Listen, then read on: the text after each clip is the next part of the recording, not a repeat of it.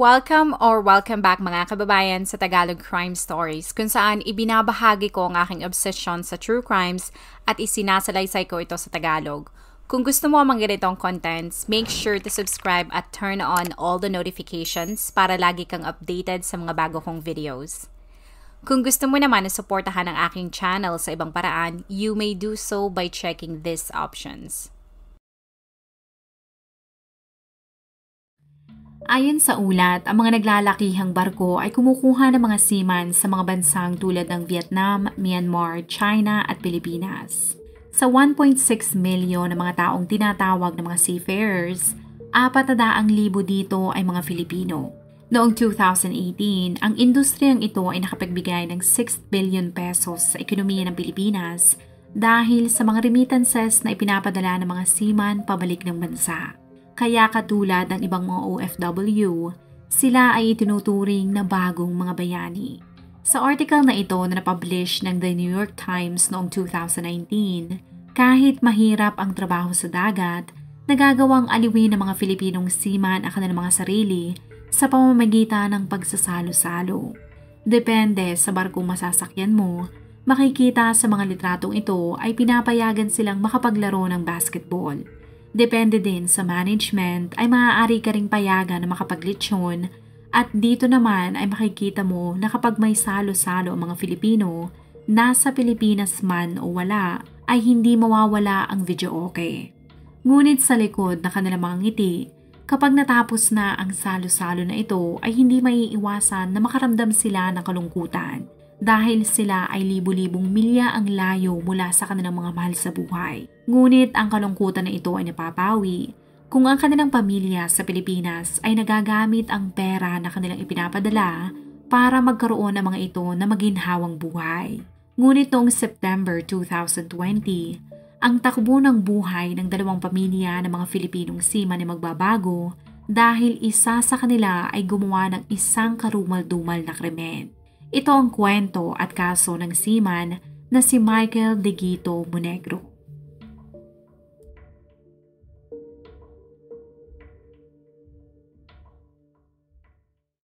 Si Michael ay pinanganak sa Cabanatuan, Iloilo noong September 1978. Siya ay merong 2 kapatid na lalaki at nag-iisang kapatid na babae. Sa kadahilanang ang kanyang ama ay pumanaw noong siya ay sanggol pa lamang sa sakit na cirrhosis, ay hindi niya ito nakilala. At dahil sa salat sa pera ang kanyang ina, sa murang edad ay nasabak na si Michael sa hirap ng buhay. Para magkaroon sila ng makakain ay sumasama silang magkakapatid sa kanilang ina at buong maghapon ay nagtatrabaho sila bilang mga tagagapas ng palay. Sa tiyaga ng kanyang ina ay nakapagtapos sila magkakapatid hanggang high school. Pero dahil sa limitado ang pinagkukunan nito ng pera ay halos lahat sa kanyang mga kapatid ay hindi nakatuntong sa college. Ngunit ang may mataas na pangarap na si Michael ay hindi na kontento na makagraduate lamang ng high school dahil gusto niyang makapagtapos ng college para maging isang ganap na seaman. Pinasok niya ang lahat ng trabaho na kaya niyang pasukan hanggang makaipon siya ng pera para sa tuition fee na ginamit niya para mag-enroll sa isang maritime college. Sa loob ng ilang taon, trabaho, bahay at sa eskwelahan lamang umiikot ang kanyang mundo. Noong siya ay nagtapos, agad siyang natanggap sa isang barko sa Pilipinas. Doon siya kumuha ng experience bago nag-apply sa isang agency na nagpapadala ng mga seaman sa ibang bansa. Ang pagiging OFW ni Michael ay nakatulong na malaki sa kanyang pamilya. Inilarawan siyang mapagbigay at hindi nagdadalawang isip na tumulong sa ibang mga tao. Noong siya ay 31 taong gulang, ay pinakasalan niya ang isang accountant na si Donnelly Ripaha at nagbunga ang kanilang pagmamahalan ng isang anak na lalaki. Sa paglaki ng kanyang pamilya ay paulit-ulit na sumampa si Michael sa barko upang makaipon ng sapat na pera para makabili sila ng sarili nilang bahay. Ayon sa kanyang record, si Michael ay nagsimula bilang isa sa mga crew na nagluluto sa kusina ng barko. Ngunit sa pagdaan ng mga panahon, pinilit nito ang kanyang sarili na matutong mag-welding na nakatulong sa kanya para matanggap siya bilang isang merchant marine na ngayon ko lang nalaman na tawag pala sa mga seaman na sumasakay sa mga transporting cargo. Ito ang tawag sa mga barko na nagdadala ng malalaking containers mula sa isang pantalan patungo sa isa pang pantalan. Sa paulit-ulit niyang pagsampa sa barko ay nasanay na siya sa malungkot na buhay sa gitna ng dagat. Noong January 11, 2020, kasama ang ibang mga Filipinong seaman, si Michael ay nakasampa ulit sa barkong tinatawag na MSC Ravenna. Ayon sa kanyang mga katrabaho, ito ay masayahin, palakaibigan at nirerespeto ng kanyang mga katrabaho. Ngunit noong September 20, 2020, ang kanyang misis at mga kapamilya ay nagulat dahil nakarating ang balita sa kanila na ang mabait at mapagbigay na si Michael ay inaresto ng Los Angeles Federal Police at FBI mula sa sinasakyan nitong barko na MSC Ravenna dahil sa karumal-dumal nitong krimen na ginawa. Sa mga naunang balita na lumabas, si Michael ay di umanong walang habas na sinaksak ang kanyang supervisor na isang Filipino din at ito ay kinilalang si Manolito Santillan. Ang kanyang dahilan ay di umano'y ito ay nakikiapid at may relasyon sa kanyang asawa na si Donnelly. Ayon sa ulat, si Manolito ay ang direct supervisor ni Michael at ang kanyang posisyon sa barko ay tinatawag na able-bodied seaman. Ang ilan sa kanyang mga responsibilidad ay ayusin kung may mga sira sa barko at tulungan ang kanyang mga tauhan kung may problema ang mga ito sa kanilang tungkulin. Ang supervisor na si Manolito ay inilarawang mabait, tahimik, palakaibigan at magaling sa kanyang mga ginagawa. Nang madala si Michael sa pinakamalapit na presinto sa Central California, ay sinampahan siya ng kasong murder at ang prosecutor na humawak ng kaso ay binahagi na gagawin ito ang lahat para mapurusahan ito ng habang buhay na pagkakakulong.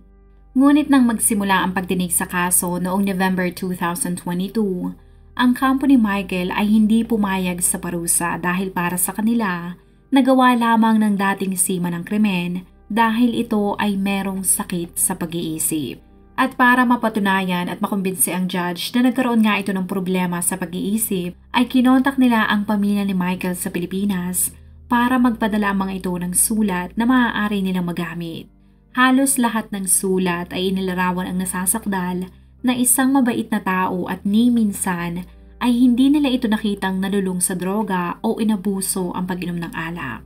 Ito ay sinang-ayunan din ng pamunuan ng MSC Ravenna dahil ayon sa kanila ay madalas silang magsagawa ng drug testing sa barko kaya hindi sa kanila makakalusot kung ito ay lasenggero o drugista. Isa sa mga eksperto na inihirap ng prosecutor ay si Dr. Phillips na nagpatunay na meron ngang sakit sa pag-iisip si Michael.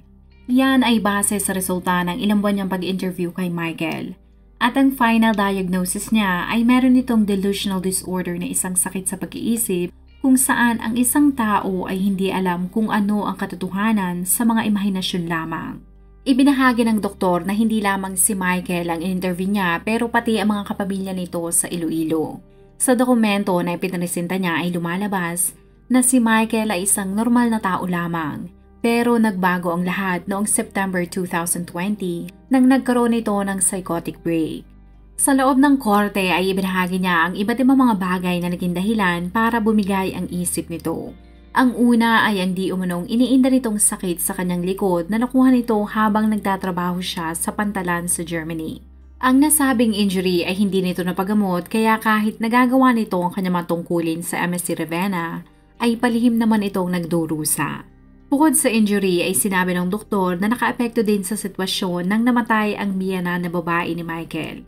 At dahil sa pagkamatay nito, ang kanyang asawa na dating nagtatrabaho bilang accountant ay kailangang mag-resign para maasikaso nito ang kanilang anak. Yun ang naging dahilan kung bakit ito ay laging nag-iisip kung paano sila magkakaroon ng pera dahil siya na lamang ang inaasahan ng kanyang buong pamilya. Idinagdag din ng doktor na sa hirap at stress na nararanasan ni Michael sa barko ay gusto na nitong tumigil sa pagtatrabaho at magbukas na lamang ng delivery business sa Iloilo. Ipinakita niya sa judge ang isang motor na binili nito. Ngunit dahil sa namatay ang kanyang biyenan ay naudlot ang kanyang mga plano. Nabunyag din na napilitan lamang itong sumakay ng barko dahil merong pang natitirang 3 taon sa kanilang mortgage na dapat niyang bayaran para mailipat na sa pangalan niya ang titulo ng kanilang bahay at lupa. Ang mga problemang yan ay nasabayan pa ng pagkalat ng pandemya.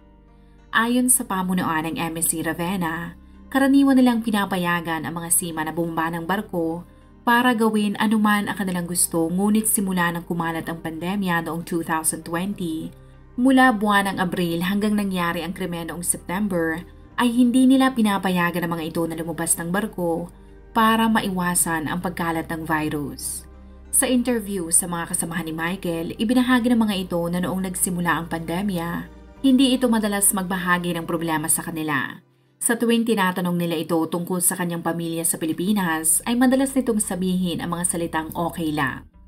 Ilang linggo bago mangyari ang pananaksak, ikinuwento ng mga katrabaho ni Michael na unti-unti nang nag-iba ang pag-uugali nito sa punto na hindi na ito nakikipag-usap sa kanila at kalaunan ay hindi na rin ito naliligo. Sa hindi maipaliwanag na dahilan, si Michael ay unti-unting pinaniwalaan na ang kanyang supervisor na si Manolito ay pinag-iinitan siya at sinisiyasat nito ang bawat kilos niya sa punto na pati ang gamit sa kanyang mga kwarto ay di umanong tinitingnan nito na matatawag mong invasion of privacy. Naniniwala din siya na pinapakinggan ni Manolito ang lahat ng kanyang mga ginagawang tawag at nakikita nito ang kanyang mga text. At naniniwala din si Michael na kahit ang kanyang Facebook account ay kaya nitong ma-access. Sa isip niya ay ina-access ni Manolito ang kanyang social media para makipag-usap sa kanyang asawa na si Donnelly. Sa paglipas ng mga araw ay unti-unti niyang pinaniwalaan na ang dalawa ay may relasyon. Bukod sa paggamit sa kanyang Facebook ay di umanong pumapasok ito sa kanyang cabin para lamang makausap ang kanyang misis. Sa kanyang isip ay paniwalang-paniwala siya na kinakausap at sinisiraan siya ni Manolito sa kanyang misis.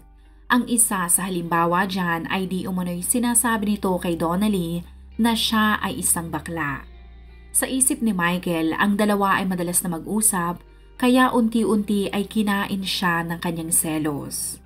Sa interview sa kanyang asawa na si Donnelly ay ibinahagi nito na sa tuwing tatawag si Michael sa kanya ay lagi na lamang silang nag-aaway dahil sa mga bintang nito na siya ay di umanong may relasyon sa supervisor nitong si Manolito. Pero lagi niyang sinasabi na imposible ang mga bintang nito dahil hindi niya kilala ang mga katrabaho nito.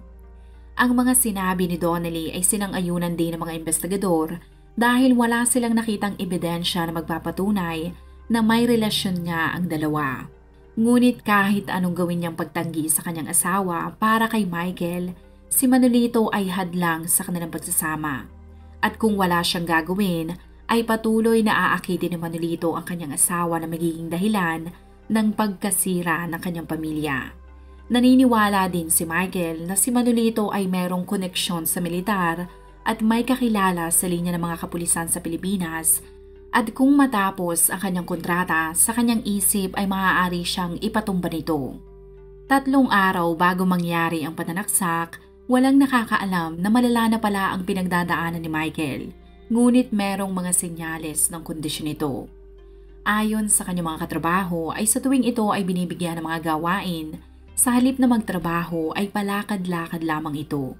Bukod doon ay napansin nila na ito ay hindi na nagpapalit ng damit at unti-unti ay iniwasan na nilang kausapin o lapitan ito dahil sa mabahong amoy ni Michael. Noong September 20, 2020, ang MSC Ravenna ay may layong 80 nautical miles mula Los Angeles at aabutin sila ng 2 araw bago pa marating ang Pantalan. Bandang 8:00 ng umaga ng araw ding yun, ang mga seaman ay nasa locker room ng barko dahil nakasanayan na nilang mag-meeting bago magtrabaho. Doon ay hinintay nila si Manolito na nakikipag-meeting sa kapitan ng barko. Agad silang tumigil sa kanilang mga ginagawa nang nakita nilang naglalakad na ito sa hallway. Ngunit nagulat sila dahil walang sabi-sabi ay sinugod ito ni Michael at inundayan ng saksak. Sa gulat ng 50 taong gulang na si Manolito, siya ay bumagsak sa sahig at iyon ay sinamantala ng galit na si Michael. Ipinatong nito ang kanyang tuhod sa tuhod ng kanyang supervisor at paulit-ulit niya itong sinaksak sa tiyan. Ayon sa mga saksi, sa isang punto ay tumigil ito ng ilang segundo. Pero kung akala nilang ito ay titigil na dahil siya ay nahimasmasan, ay nagkakamali sila. Dahil ang pakay talaga ni Michael ay kunin ang kutsilyo mula sa coveralls o damit ni Manolito. Gamit ang 2 niyang kamay na may hawak ng kutsilyo, ay paulit-ulit niya itong sinaksak. Ayon sa mga Filipinong seaman na saksi sa nangyari, habang sinasaksak ang kanilang supervisor ay narinig pa nila na tinanong nito si Michael na ano ang ginagawa mo. Nireplyan ito ni Michael at sinabi na ikaw ang sumira ng pamilya ko. Ayon sa kanila ay sinabi ni Manolito na hindi niya alam ang sinasabi ni Michael. Bago malagutan ng hininga ang kanilang supervisor, ang huli nitong mga sinabi ay sana patawarin ka Michael ng Panginoon. Ang mga seaman ay tinangkang pigilan si Michael, ngunit dahil sa meron itong hawak na 2 kutsilyo, ay natakot sila na lumapit dahil baka sila naman ang undayan nito ng saksak. Kaya ang ginawa nila ay kinuha nila ang basurahan sa hallway at 2 beses nila itong itinapon sa ulo ni Michael dahil nagbabaka sakali sila na tumigil ito sa pananaksak. Ngunit hindi yun nakapigil sa galit na seaman. Sa salaysay ng mga saksi, tumigil lamang si Michael dahil ito ay pagod na. Nang makarating ang nangyari sa kapitan ng barko, ito lamang ang naglakas ng loob na lapitan si Michael. Nang tanong nito ang suspect kung bakit niya yun nagawa, ang di umanong reply nito ay dahil si Manolito ay Inabot ng ilang minuto bago nakimbinsi ng kapitan si Michael na umalis sa pagkakapatong sa katawan ng kanyang biktima. Nang maideklarang patay na si Manolito noong 8:34 ng araw ding yun, ay napilitan silang ilagay ang bangkay nito sa walk-in fish refrigerator dahil malayo pa sila sa pantalan. Ang kapitan ng MSC Ravenna ay kinontak ang mga otoridad sa Los Angeles para masigurado nilang hindi makakontamina ang crime scene. Nang makontrol na nila si Michael ay ikinulong nila ito sa sarili niyang cabin. Sa loob ng 2 araw ay habang binabaybay nila ang karagatan patungo sa pantalan ng Los Angeles, ay gumamit sila ng plastic zip ties para maitali ito dahil wala silang posas.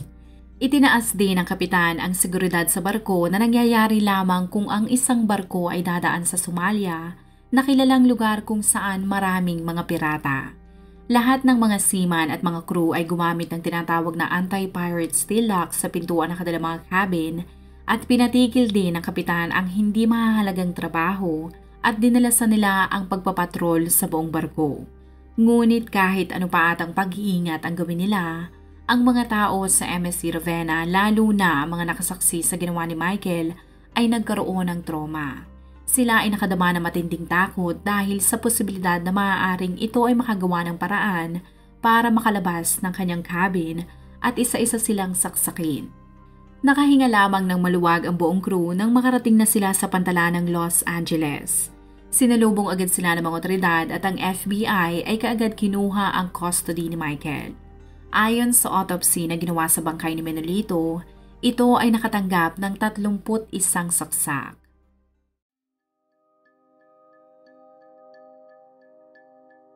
Sa nangyaring paglilitis noong 2022, iminungkahi ng prosekusyon na ikulong ito sa kasong second-degree murder. Pero hindi ito natuloy dahil sa ipinresentang ebidensya ng psychologist na si Michael nga ay may sakit sa pag-iisip. Bukod doon ay tinanggap din ito ang plea agreement na inalok sa kanya kapalit ng mas mababang sentensya. Sa sentencing hearing, ang kampo ni Michael ay hiniling sa judge na parusahan ito ng 5 taon dahil wala ito sa tamang pag-iisip. Ngunit ang judge ay sinabi na ang mga taong may sakit sa pag-iisip tulad ni Michael ay hindi maaaring mapakawala ng ganun-ganun na lamang dahil para sa kanya ay delikado ang publiko dito. Para sa judge, ang 5 taon ay hindi sapat na parusa dahil nag-aalala siya na kung mapakawalan ito ay maaaring mag-snap at mawala ulit ito sa tamang katinoan kung makaranas ito ng mabibigat na problema. Ibinahagi din ng hukom na hindi niya papayagan na may iba pang pamilya na makaranas ng sakit na nararamdaman ng pamilya ni Manolito. Idinagdag niya na ang 5 taon na hinihingi ng kampo ni Michael ay hindi rin matatawag na hustisya. Sinabi niya na mahihirapan ang pamilya ng biktima na magsimula at bumangon muli dahil si Manolito lamang ang tanging inaasahan ng mga ito. Para sa kanya ay kahit 50 taong gulang na ang biktima ay naniniwala siya na magkakaroon pa ito ng mahabang buhay. Dahil sa ginawa ni Michael ay ninakaw nito kay Manolito ang pagkakataon na makasama niya ang kanyang pamilya sa mga mahalagang okasyon at mga mahahalagang milestones sa buhay ng 17 taong gulang nitong anak. Sa pagtatapos ng statement ng judge, sinabi niya na noong pinatay ni Michael ang biktima ay ninakaw nito ang pagkakataon ni Manolito na maging isang ama at asawa. Ang judge ay sinentensyahan si Michael na makulong ng 20 taon sa kulungan. Wala sa ulat kung ano ang saktong lokasyon ng kulungan kung saan siya nakapiit. Pero ang sigurado ay ginagamot siya sa kanyang problema sa pag-iisip. Kapag natapos na ni Michael ang kanyang sentensya ay ide-deport siya kaagad pabalik ng Pilipinas. Ang pamilya ni Manolito ay hindi nagpaunlak ng interview sa mga reporters dahil mas pinili nilang magkaroon ng pribadong pagluluksa sa brutal na sinapit na kanilang mahal sa buhay. Kung ikaw ay nakinig hanggang sa dulo ng video na ito, maraming salamat sa panonood sa episode na ito. Please consider leaving a comment or i-like ang video na ito. At kung may kaso ka na gusto mong i-cover ko, please let me know. Magandang araw sa iyo, kabayan.